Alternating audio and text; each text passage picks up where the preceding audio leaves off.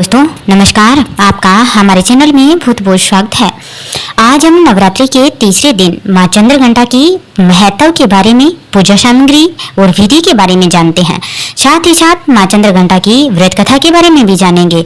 आइए जानते हैं। व्रत के कुछ ऐसे विशेष दिन हैं जो पूर्णतः आदिशक्ति को समर्पित होते हैं, जैसे कि प्रत्येक अष्टमी, नवमी, प्रत्येक शुक्रवार, चैत्र, माघ, आषाढ़ और अश्विन मास के शुक्ल पक्ष की प्रतिपदा तिथि से नवमी तिथि तक, यानी कि 9 दिन। 9 दिनों तक माता के विभिन्न रूपों की पूजा का विधान है। माता का तीसरा दिन मां के चंद्रघंटा स्वरूप को समर्पित है। इस दिन इस रूप में माता की आराधना की जाती है। नवरात्र के तीसरे दिन की महत्व, पूजा विधि विशेष रूप से जानकारी होने पर मां चंद्रघंटा को बहुत ही आसानी से प्रसन्न किया जा सकता है। मां दुर्गा के तीसरी शक्ति स्वरूप को चंद्रघंटा नाम दिया गया, जो कि नवरात्रि की तृतीया तिथि बुधवार 24 सितंबर को पड़ रही है। इस दिन देवी मां के स्वरूप की साधना करें। माता का यह रूप स्वर्णिम और अलौकिक है। 10 भुजाओं वाली देवी चंद्रघंटा के मस्तक पर मुकुट सुशोभित है, जिसमें घंटे के आकार का अर्धचंद्र विराजमान है। यही कारण है कि माता के इस स्वरूप को चंद्रघंटा के नाम से पुकारा जाता है। मां चंद्रघंटा अपने भक्तों की रक्षा हेतु सदैव तत्पर रहती है। मां सभी पीड़ाओं को दूर करने के लिए जानी जाती है। तीसरे दिन की पूजन सामग्री में मां चंद्रघंटा की प्रतिमा या तस्वीर, पुष्प, मिठाई, लाल कलावा या मूली, दीपक, घी या तेल, धूप, नारियल, अक्षत, कुमकुम, माला इत्यादि उपलब्ध सामग्री होनी चाहिए। आप मां दुर्गा की ऐसी तस्वीर ले सकते हैं जिसमें मां दुर्गा के 9 स्वरूप दिखाई दे। अगर वह भी संभव न हो तो मां दुर्गा की प्रतिमा या तस्वीर भी उपयुक्त रहेगी, क्योंकि मां दुर्गा में ही उनका हर स्वरूप निहित है। सर्वप्रथम सुबह नित्य कर्मों से निवृत्त होकर स्नान करके स्वच्छ वस्त्र धारण करें। चौकी को साफ करके वहां गंगा जल का छिड़काव करें। चौकी पर आपने एक दिन पहले जो पुष्प चढ़ाए थे उन्हें हटा दें। आपको बता दें कि चौकी की स्थापना प्रथम दिन ही की जाती है, इसलिए पूजन स्थल पर विसर्जन से पहले झाड़ू न लगाएं। इसके बाद आप पूजन स्थल पर आसन ग्रहण कर सकते हैं। माता की आराधना शुरू करें और दीपक प्रज्वलित करें। सबसे पहले भगवान गणेश का ध्यान कर मां चंद्रघंटा का नाम लेकर के उनका आह्वान करें। प्रथम पूज्य गणेश जी और देवी मां को कुमकुम का तिलक लगाएं।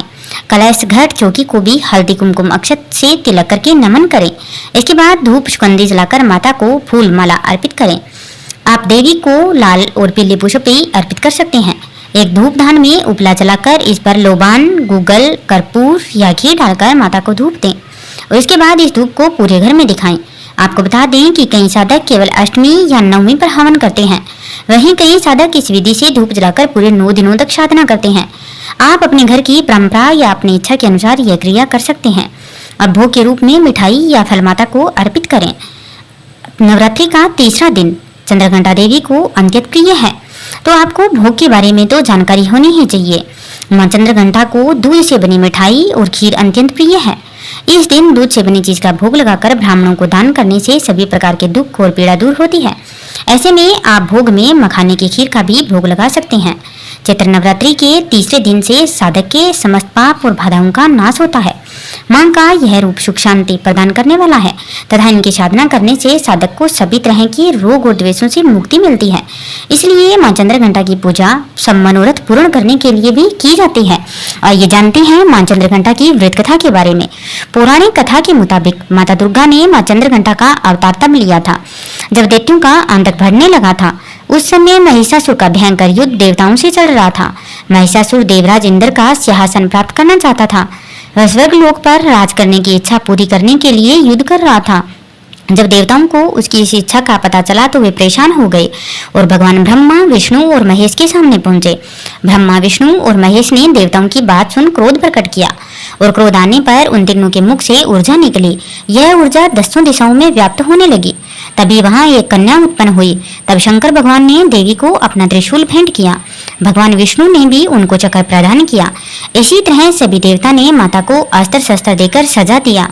इंद्र ने भी अपना वज्र एवं ऐरावत हाथी माता को भेंट किया। सूर्य ने अपना तेज तलवार और सवारी के लिए शेर प्रदान किया। तब देवी सभी शस्त्रों को लेकर महिषासुर से युद्ध करने के लिए युद्धभूमि में आ गई। उनका यह विशाल रूप देखकर महिषासुर भय से कांप उठा। तब महिषासुर ने अपनी सेना को मां चंद्रघंटा पर हमला करने को कहा।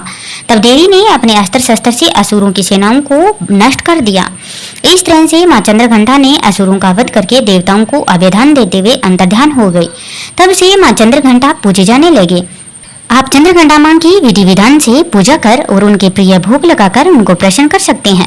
इससे मां अपना आशीर्वाद आप पर बनाए रखती है और सभी मनोरथ पूर्ण होते हैं। मां चंद्रघंटा की व्रत कथा के बाद में अंत में आरती अवश्य करें। अगर आपको हमारी यह व्रत कथा अच्छी लगी हो तो हमारे चैनल को लाइक करें और सब्सक्राइब अवश्य ही करिएगा और कमेंट बॉक्स में जय माता दी लिखना मत भूलिएगा। बहुत बहुत धन्यवाद।